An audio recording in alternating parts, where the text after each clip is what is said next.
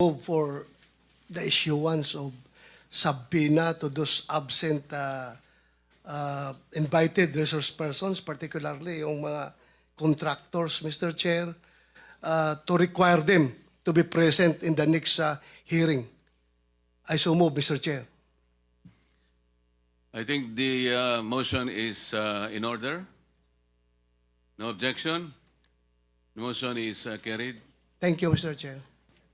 May I ask the Director General as to the number of invitations sent to the 15 invited contractors, as to how many successfully presented themselves today or at least sent representatives?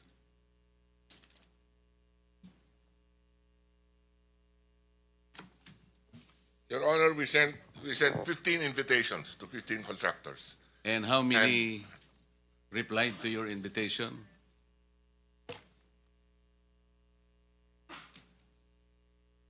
One,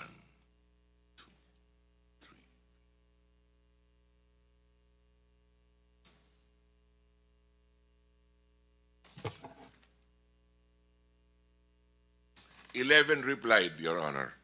And of the 11, 1, 2, 3, 4, 5, 6, and 7 are represented here, either by the owner himself or by a representative, Your Honor. So seven out of 15 are represented today in this hearing, Mr. Director General. Yes, Your Honor. And the rest simply replied, but did not send representatives. Yes, Your Honor. I just hope this is not the sign of disinterest on their part, because this meeting is called precisely to get to the bottom of this problem. Mr. Chair. Yes. Mr. Chair, siguro pag when we invite them, I mean not invite, subpoena them next hearing, they have to come up with a reasonable answer.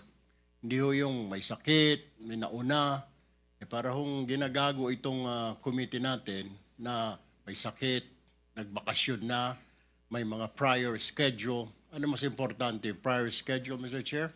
Or itong investigasyon nito, because 544 billion na pinag-uusapan natin, not a small change, Mr. Chair. Yun lang po. Manifestation is noted. May I remind the representatives of private lawyers of our resource persons present here today, pwede po kayong relax muna kayo at huwag kayong aalis.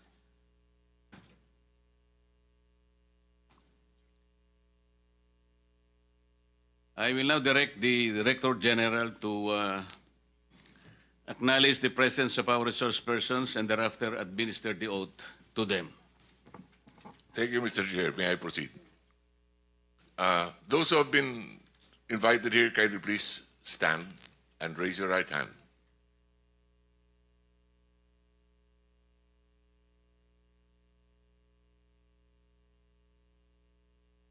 Do you swear or affirm to tell the truth, the whole truth, and nothing but the truth in this proceeding? Thank you. You may take your seats. Mr. Chair, for the record, they all said yes. Thank you. Thank you, Director General.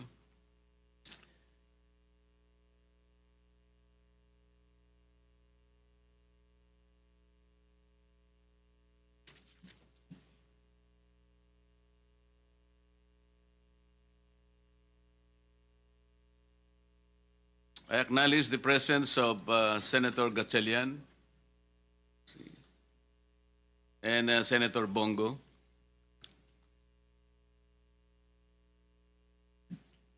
The President of the Philippines made initial observations and findings in regard to the subject matter of the present inquiry. The amount of some 100 billion pesos, or 18% of the entire 545 billion budget for flood control projects between July 2022 to May 2025 was awarded to only 15 out of 2,409 accredited contractors in the country. Question: is this statement of the President fair?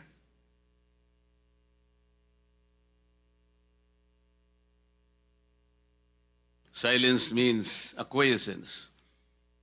So, Chairman notes that all present today agrees to the statement of the President.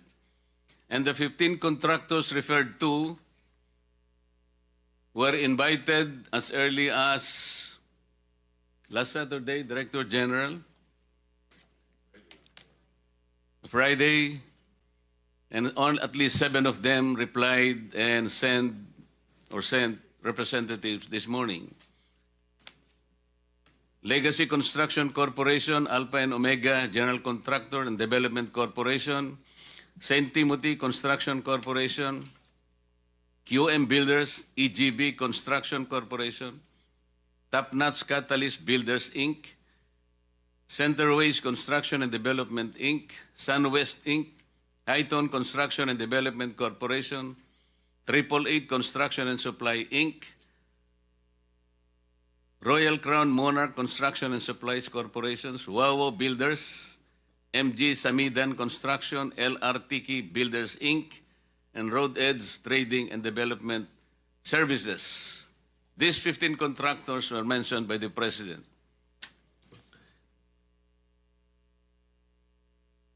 The President also noted that 5 of these 15 contractors have projects in almost all regions nationwide.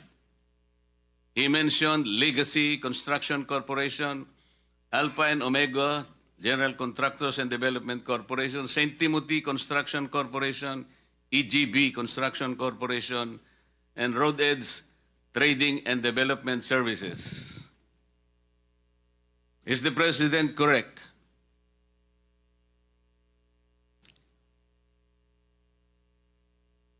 Your silence is also acquiescence. So the President fairly reported this accurately. Wala pong problema so far? The President also noted that there appears a mismatch between the most flood-prone areas based on National Adaptation Plan of the Philippines 2023-2025. Kasi yung mga flood-prone areas nasa ating National Adaptation Plan of the Philippines. Ito po yung mga probinsya ng Pampanga, Nueva Ecija, Pangasinan, Tarlac, Bulacan, Metro Manila, Maguindanao, North Cotabato, Oriental Mindoro, and Ilocos Norte. These are the flood-prone areas. As opposed to the top 10 provinces awarded with the highest number of flood control projects by the DPWH. Bulacan, 668 flood control projects. Cebu, 414. Isabela, 341. Pangasinan, 313. Pampanga, 292. Albay, 273. Leyte, 262. Tarlac, 258. Camarines Sur, 252. Ilocos Norte, 224 flood control projects. This shows that only 4 among those considered flood-prone areas ang nandito pong nabigyan ng kaukulang mga projects. The rest ay wala po sa flood-prone areas. This is the initial observation of the President. Is his observation fair enough to you? Meron po bang gustong kumontra sa observation ng President?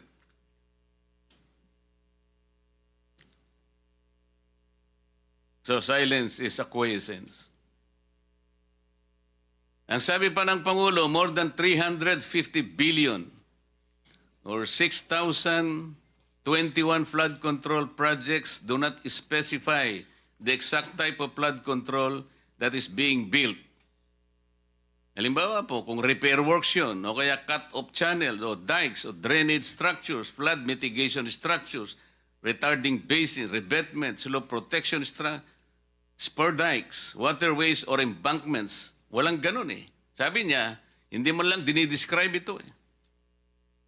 350 billion worth of projects defy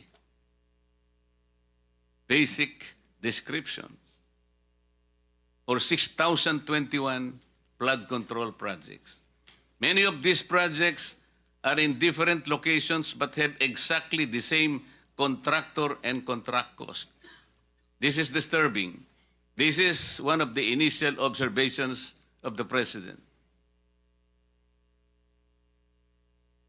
Do you believe this is also a fair assessment? Oh, walang kumikibo sa ating mga resource person. I think this is a fair assessment coming from the office of the President.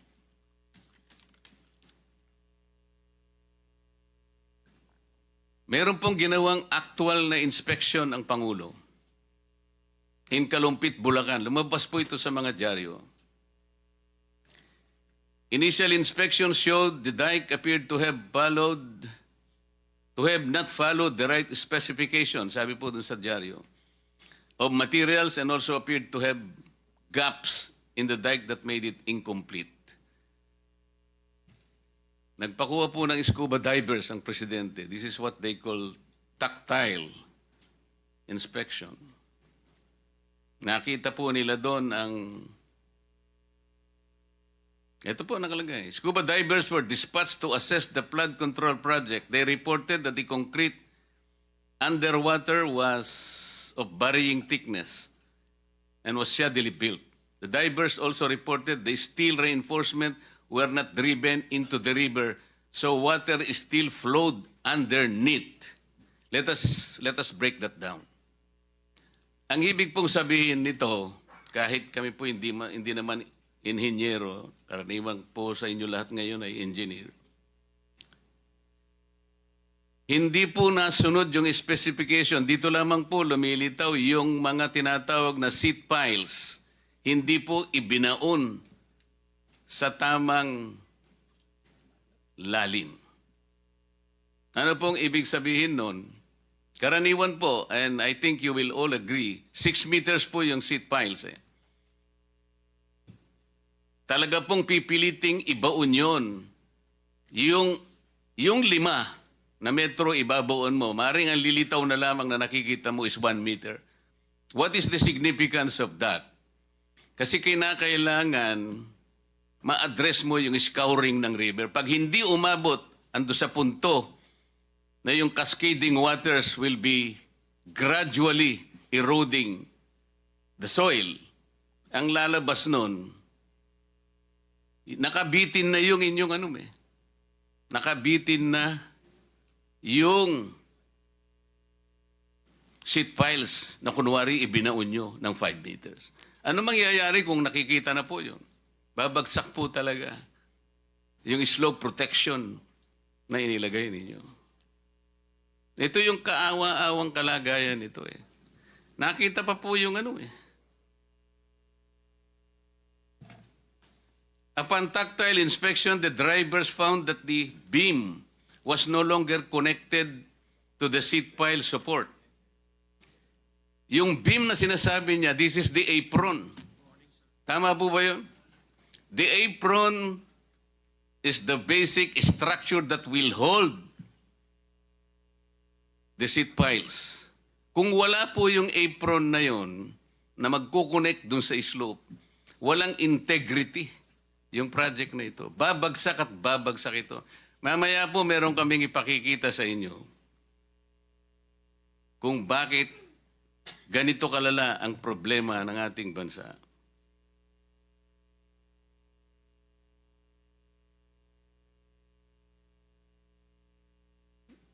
Ready ba